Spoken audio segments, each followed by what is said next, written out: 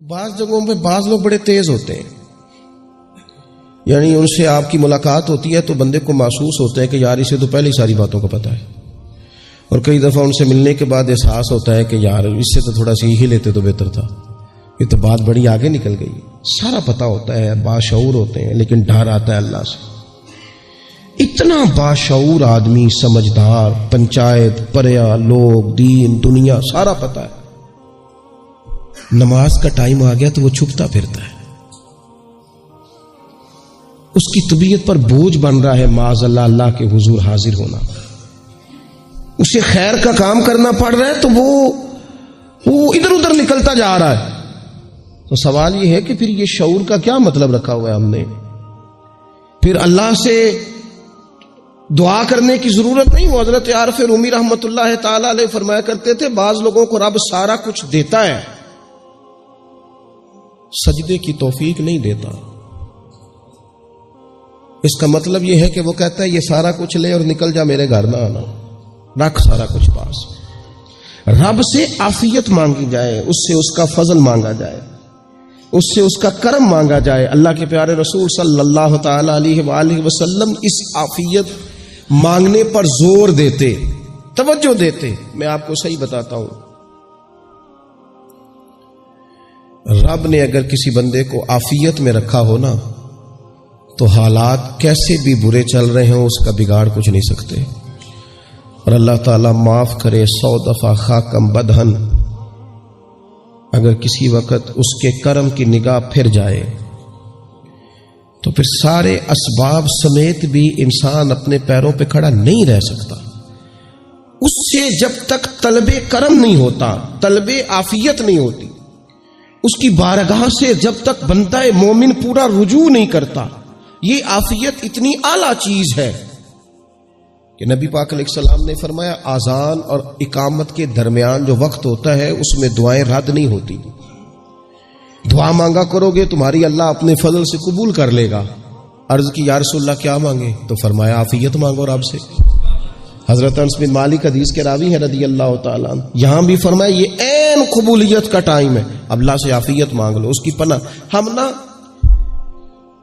ہم دعاؤں میں بھی محدود ہو جاتے ہیں۔ رب دا طالب کوئی نہ ملیا، جو ملیا طالب زردہ ہو۔ جب عافیت، ایک بزرگ تھے ہر وقت اللہ سے عافیت مانگتے تھے، ہر وقت اللہ سے عافیت مانگتے تھے، ہر وقت عافیت مانگتے تھے۔ لوگوں نے پوچھا، لوگ ان کو صالح جانتے تھے، نیک سمجھتے تھے کہ حضور آپ اور کوئی دعا مانگتے نہیں، عافیت ہی مانگتے ہیں۔ فرمانے لگے میں مانگا کرتا تھا شروع میں، بعد میں خیال آیا اور بھی دعائیں مانگا کرتا تھا، یہ احساس بعد میں نصیب ہوا۔ فرماتے میں مزدوری کرتا تھا، مال برداری کرتا تھا، ایک جگہ پہ ڈیوٹی کر رہا تھا تو تھک گیا، اور وہ جو کام لینے والے لوگ تھے ان کا رویہ بھی بڑا ترش تھا، تکلیف ہوئی۔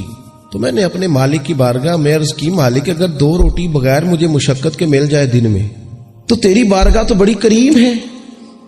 کہتے ہیں میں نے یہ دعا مانگ لی، ذرا میں تھوڑا آگے بڑھا تو 2 بندے آپس میں لڑ رہے تھے، میں ان کی صلح کرانے کے لیے، انہیں بچانے کے لیے آگے بڑھا تو میں جس کو چھڑا رہا تھا دوسرے نے میرے اوپر ضرب لگا دی، میرا بھی سر پھٹ گیا۔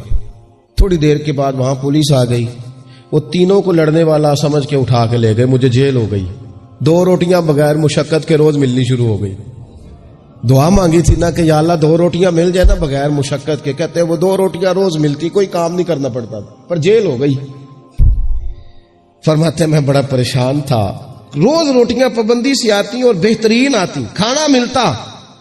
پھر کچھ عرصے کے بعد میں نے سوچا کہ یار یہ دعا تو قبول ہو گئی نا تیری، اب تو اگر اس پر کوئی الگ بات کرے گا تو وہ تو غلط کرے گا۔ کہتا پھر خود ہی میرے دل میں اللہ نے بات ڈالی اور میں نے عرض کی مالک 2 روٹیاں نہیں، مجھے تو عافیت چاہیے، مجھے تو عافیت دے، میرے اوپر تو کرم فرما، تو نظر رحمت کر، جے ایک قطرہ بخشے مینوں، ایک قطرہ بخشے مینوں تے کام بن جاندا ہی میرا، مہربانی کر عافیت عطا کر۔ فرماتے پھر خدا نے کرم کیا، کہاں سے اسباب بنے میرے جیل سے چھوٹنے کے، کون کون میرے ضمانتی بنے اللہ ہی جانتا ہے۔ فرماتے ہیں دروازے بھی کھل گئے، رزق بھی ملتا ہے، صحت بھی میسر ہے، سجدہ بھی کر لیتا ہوں، سویرے تلاوت بھی کرتا ہوں، شام کو مدینے والے کی بارگاہ میں رج کے درود و سلام بھی عرض کرتا ہوں۔ میں ممکن ہوتا ہے تو کسی غریب کی داد رسی بھی کرتا ہوں. اب سمجھ آئی ہے. ربنا آتنا فی الدنیا حسنۃ وفی الآخرۃ حسنۃ وقنا عذاب النار. اب سمجھ آئی ہے رب سے جب بھی مانگنا ہے عافیت ہی مانگنی ہے, اس سے کرم مانگ. ہم نے محدود دعائیں رکھی ہوئی ہیں, محدود. وہ جی فلانا کام میرا ہو جائے تو بھئی وہ ایک ہو گیا, اس کے بعد پھر نئی ٹینشن بن جائے گی. نہیں, میں جی بچوں کی شادی کر لوں جی پھر میں فارغ ہوں. آپ شادی کر کے دیکھیں, لاگ پتہ جائے گا کیسے فارغ ہوتے ہیں. آپ یہاں رکتے کیوں ہیں؟ آپ خدا سے عافیت کیوں نہیں طلب کرتے؟ اس کی بارگاہ سے وہ کیوں نہیں مانگتے کہ جو ایک قطرہ ملے تو دنیا اور آخرت کے سارے کام ہو جائے؟ اس سے اس کی رحمت کا سوال کرے, اس سے اس کے کرم کا سوال کرے. اللہ کی بارگاہ میں بھی حاضر ہونا اور جچی تلی اور جناب ناپ تول کر اور محدود چیزوں کا سوال کرنا, مالک سے مانگے. اور وہ جب دیتا ہے تو دیتا بھی بے حساب ہی ہے. وہ جب عطا کرتا ہے تو کرم کے دروازے کھول کے عطا کرتا ہے, ورنہ تو ایک الجھن سے انسان نکلتا ہے دوسری میں الجھ جاتا ہے. ایک گتھی کو سلجھاتا ہے. پھر اقبال رو پڑے تھے, کہنے لگے میں عقل کی گتھیاں سلجھا چکا ہوں, یا رب مجھے صاحب جنوں کر دے. اللہ یہ بڑا میں نے ہیر پھیر دیکھ لیا, مجھے دیوانہ بنا. اب مجھے جنون ہو, اب میں کسی کے لیے رویا کروں, اب میں کسی کی یاد میں تڑپا کروں, اب میں رات کسی کے لیے میری آنکھیں بیدار رہیں. یہ بڑی ہو گئی دنیا داری. عقل کی گتھی حالانکہ نہیں سلجھتی, اور اقبال کہتے ہیں عقل کی گتھیاں سلجھا چکا ہوں, یا رب مجھے صاحب جنوں کر دے. اور پھر کہنے لگے بجھی عشق کی آگ اندھیر ہے. اب یہ مسلمان نہیں, یہ خاک کا ڈھیر ہے, تو مٹی بن کے رہ گیا. کیا کہاں اپنی ساری توجہات کا قبلہ کس چیز کو میرے عزیزو؟ اللہ سے عافیت. نبی پاک علیہ الصلوۃ والسلام نے ایک شخص سے پوچھا کیا دعا مانگ رہے ہو؟ تو اس نے کہا یا رسول اللہ میں اللہ کی بارگاہ میں صبر کا سوال کر رہا ہوں. تو حضور فرمانے لگے صبر تو مصیبت پر ہوتا ہے. یا رسول اللہ پھر کیا مانگوں؟ آپ ان جملوں اور لفظوں کی گہرائی کو سمجھیں. صبر کے لیے تو پہلے مصیبت آئے گی, پھر صبر آئے گا. تو یا رسول اللہ کیا مانگوں؟ فرمایا تو رب سے عافیت مانگ. مانا کیا ہے؟ مصیبت آئے کیوں؟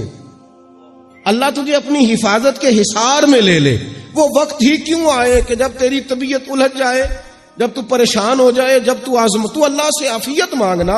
جب تو عافیت مانگے گا تو اگر کبھی مشکل آئے گی بھی نہ, تو خدا پھر اپنے فضل سے مشکل سے نکلنے میں رستہ بھی بڑی جلدی عطا فرمائے گا اور تیرے اوپر فضل فرمائے گا. اگر عافیت, ہارون رشید نا اپنے محل کی چھت پہ ٹہل رہا تھا, سب سے اوپر والے چوارے پر, نیچے سے حضرت بہلول دانا گزر رہے تھے. اوپر اس کے ساتھ سپاہی بھی تھے, گن مین بھی تھے. اس نے کہا یہ بابا تو ذرا اوپر اٹھاؤ.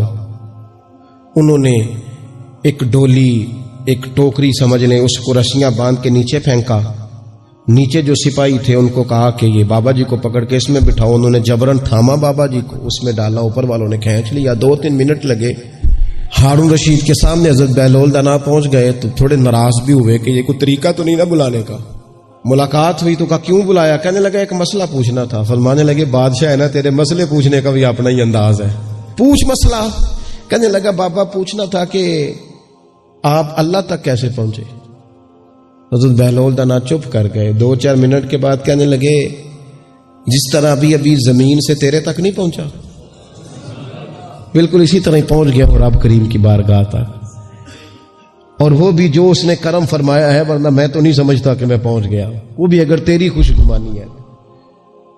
ہارون رشید کہنے لگا مجھے سمجھ نہیں آئی. فرمانے لگے تو بادشاہ جو ہے اتنی جلدی کیسے سمجھ میں آئے گی تجھے بات؟ فرمانے لگے اگر میں تجھ سے ملنا چاہتا نا تو میں ایک درخواست لکھتا, پھر کسی وزیر سے سفارشی سائن کراتا, پھر وہ جمع کراتا, پھر مجھے ٹائم ملتا کہ فلاں دن فلاں تاریخ فلاں ٹائم آ جانا, پھر آ کے میں لائن میں لگتا.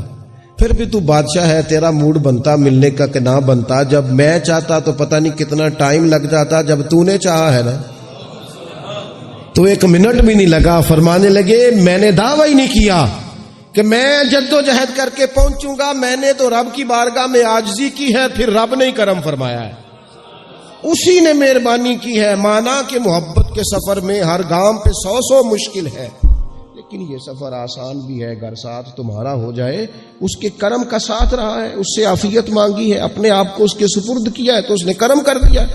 جب تک یہ مزاج نہیں ہم بناتے کہ مالک سے عافیت کا سوال کریں, اپنے آپ کو اپنے رب کے حوالے کر دیں، اس کی رحمتوں کے سپرد کر دیں، اتنی دیر تک زندگی میں ٹھہراؤ نہیں آتا، قرار نہیں آتا۔ مشکات میں موجود ہے، اللہ کے پیارے رسول صلی اللہ تعالی علیہ وسلم تیمارداری کے لیے گئے تو صحابہ کرام فرماتے ہیں وہ بندہ نا اتنا پتلا نحیف اور لاغر ہو گیا تھا جس طرح چڑیا کا بچہ ہوتا ہے، کمزوری ضعف طاری تھا۔ تو محبوب کریم نے اسے دیکھا تو بڑے کریمانہ انداز میں کریم فرمانے لگے، تو کوئی دعا نہیں مانگتا، تو عافیت نہیں مانگتا اللہ سے؟ عرض کی یا رسول اللہ صلی اللہ تعالی علیہ وسلم، میں نے اپنے رب کی بارگاہ میں عرض کی ہے مالک قیامت کا عذاب بڑا سخت ہے، میں نہیں برداشت کر سکتا، تو نے اگر مجھے کوئی سزا دینی ہے تو یہیں دے لے، قیامت کو نہ دینا۔ تو کہتے محبوب فرمانے لگے سبحان اللہ، او خدا کے بندے تو رب کی سزا دنیا میں بھی نہیں سہ سکتا، اللہ سے یہ بھی سوال نہ کر، تو رب سے کہہ ربنا آتنا فی الدنیا حسنۃ وفی الآخرۃ حسنۃ وقنا عذاب النار، تو رب سے دنیا میں بھی حسنہ مانگ، بھلائی مانگ، تو آخرت کے لیے بھی بھلائی مانگ، تو اس سے عافیت کا سوال کر، تو نے یہ سوال کیوں کیا؟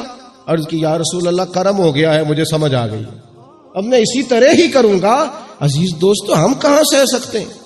ہم دنیا میں رب کی سزا ہم نہیں سہ سکتے، ہم کمزور ہیں، تو گرمی نہیں سہ سکتے، شدید سردی نہیں سہ سکتے، شدت کی بھوک لوگ نہیں سہ سکتے، کوئی آزمائش نہیں سہ سکتے۔ وہ جو لوگ بعض اوقات کہہ دیتے ہیں نا جی فلاں چیز ہمارے اعمال کا نتیجہ ہے، تو میں کیا کرتا ہوں، نہ کو یار، ہم تو یہ بھی نہیں سہ سکتے، ہم کہاں برداشت کر سکتے ہیں، ہمیں تو وہ معاف ہی فرمائے، ہم حساب والے ہے ہی نہیں، ہم تو صرف معافی والے ہیں۔ ہم سے نہ حساب پوچھے، اس نے حساب پوچھا تو پھر تو بڑی مشکل ہو جائے گی، اگر اس نے حساب پوچھا تو بڑی رسوائی ہو جائے گی، اگر حساب پوچھا تو مشکلات سامنے دکھائی دینے لگ جائیں گی۔ ہم سے تو وہ درگزر والا معاملہ کرے، ہم سے تو وہ کہے جا میں نے محبوب کے صدقے تجھے معاف کیا، جا تیرے لیے رحمت اور بخشش والا فیصلہ